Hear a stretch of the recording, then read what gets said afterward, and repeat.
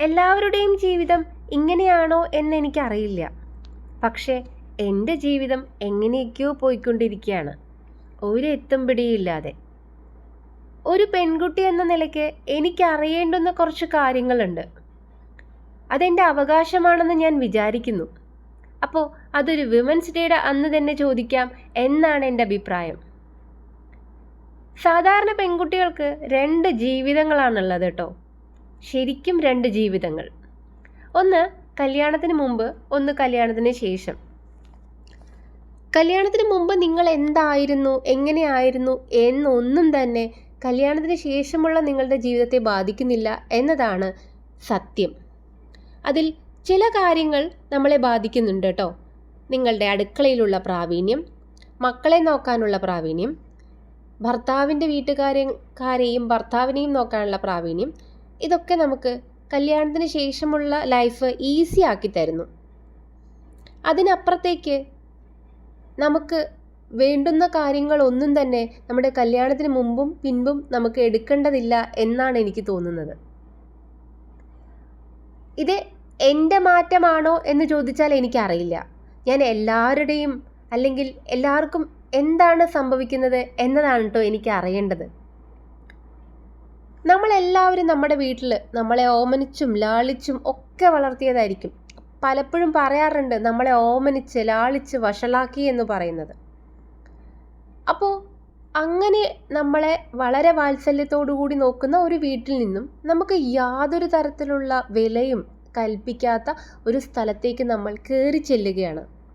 ഞാൻ എല്ലാവരുടെ കാര്യവുമല്ല പറയുന്നത്, പല പെൺകുട്ടികളുടെ കാര്യമാണ്.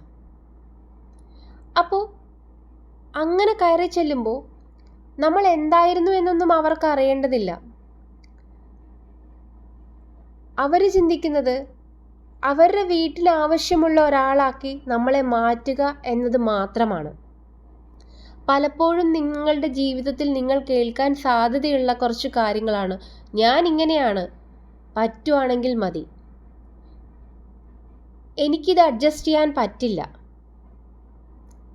എൻ്റെ വീട്ടിൽ ഇത് നടക്കില്ല. എൻ്റെ വീട്ടിൽ ഇത് നടക്കില്ല എന്ന് പറഞ്ഞാൽ അത് നിങ്ങളുടെ വീടല്ല എന്ന അർത്ഥം. അപ്പോൾ ഇത്തരത്തിലുള്ള പല കാര്യങ്ങളും നിങ്ങൾ കേൾക്കുമ്പോൾ നിങ്ങൾക്ക് മറുപടി പറയാൻ പറ്റാറുണ്ടോ? അങ്ങനെ നിങ്ങളൊരു മറുപടി പറഞ്ഞാൽ അത് വളരെ സമാധാനപരമായിട്ട് മറ്റൊരാൾ ഉൾക്കൊള്ളാറുണ്ടോ? നിങ്ങളൊരു കാര്യം ചിന്തിക്കൂ, നിങ്ങളുടെ വീട് തന്നെയാണോ ഇത്?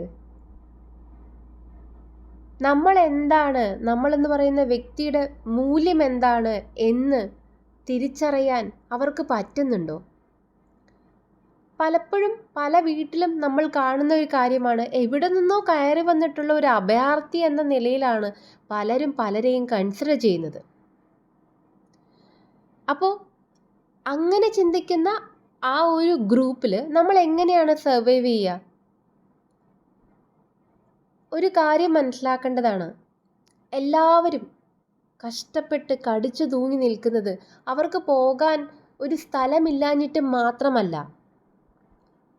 അവരെ ഒരുപക്ഷെ നിങ്ങൾ നിങ്ങളുടെ മക്കളെ ചേർത്ത് പിടിക്കുന്നതിൻ്റെ എത്രയോ മടങ്ങ് അവരുടെ വീട്ടിൽ അവരുടെ അച്ഛൻ അവരുടെ അമ്മ അവരെ ചേർത്ത് പിടിച്ചിട്ടുണ്ടാവാം. ആ ഒരു വ്യക്തി ഇന്ന് ഇല്ലെങ്കിൽ, അല്ലെങ്കിൽ സാഹചര്യം കൊണ്ട് അവർക്ക് തിരികെ പോകാൻ പറ്റുന്നില്ലെങ്കിൽ അത് അവരുടെ പ്രശ്നമല്ല. ആ ഒരു കാര്യം കൊണ്ടായിരിക്കാം നിങ്ങളുടെ വീട്ടിൽ ഇതെല്ലാം സഹിച്ചവർ നിൽക്കുന്നത്. അവർക്കും 100% ബോധ്യമുണ്ട് അത് അവരുടെ വീടല്ല എന്ന്. പിന്നെയും പിന്നെയും നിങ്ങൾ എടുത്തു പറയേണ്ട കാര്യമൊന്നുമില്ല, ഇത് നിൻ്റെ വീടല്ല, ഇത് നിൻ്റെ വീടല്ല എന്ന്. അത് 100% അവർക്ക് തന്നെ അറിയാം. എങ്കിലും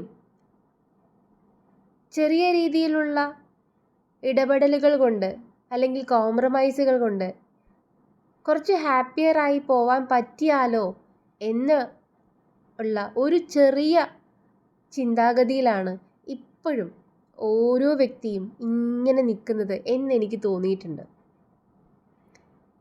ഇത്തരത്തിലുള്ള ജീവിത രീതി നിങ്ങൾ എവിടെയെങ്കിലും കണ്ടിട്ടുണ്ടോ?